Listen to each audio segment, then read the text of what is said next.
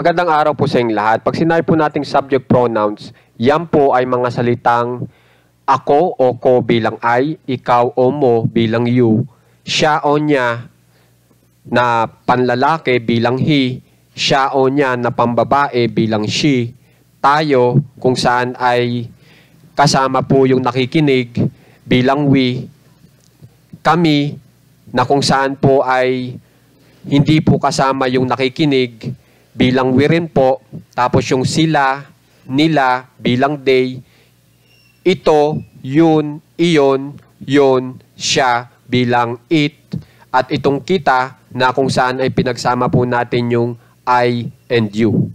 Sila po ay tinatawag na subject pronouns. Kung saan po, pag sinabing subject pronouns, yan po yung mga salita na kung saan ay siya po ang pinag-uusapan sa ating mensahe. At siya po ay nakapwesto sa pinakaunahan ng ating English sentence. Ang ibig ko sabihin sa pinakaunahan, siya yung unang salita sa ating English sentence. Okay po? Okay, magbigay po ako ng halimbawa para sa ating subject pronoun na I bilang ako. I will take a lick. Ako ay iihi. Okay? Sa number 2 naman, yung you. Subukan natin. You can borrow it.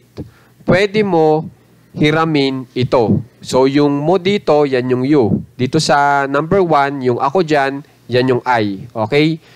Tapos dito naman sa number 3, he is Mario. Siya ay si Mario. Yung siya dito ay itong he. At kung mapapansin nyo, pag ang ginamit natin ay he, ang ating tinutukoy ay lalaki. At ito nga po, si Mario. Okay? Dito naman sa number 4, she is Pauline. Siya ay si Pauline. Ginamit natin yung siya bilang she, pambabae. Kasi ang tinutukoy po natin ay babae po ang kasarian. At ito yung itong tao na si Pauline. Okay? Pagdating naman sa number 5, gamitin natin yung we bilang tayo. We will win. Tayo ay mananalo. Kung saan ay kasama po yung nakikinig sa inyong tinutukoy o itinuturong mga tao. Okay? Pagdating naman po dito sa we are ready, kami ay handa na, itatranslate natin yung kami bilang we pa rin. Pero hindi na po kasama yung taga-pakinig nyo o yung kausap nyo. Tapos dito naman sa number 6, subukan natin itong they. They are strong. Sila ay malakas. Yung sila dito, yan yung they. Sa 7, it is tight. Masikip siya. Yung siya po dito, ay yan po yung ating it. Na kung saan ay hindi po masyadong naituturo. Kaya marami pong nalilito. Ito pong siya ay maaari pong ipanturo sa bagay. Pwede rin po. Okay? Ngayon, dito naman sa number 8, yung I at saka yung you po ay maaari po natin i-translate bilang kita.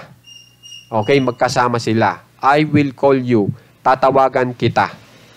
Okay?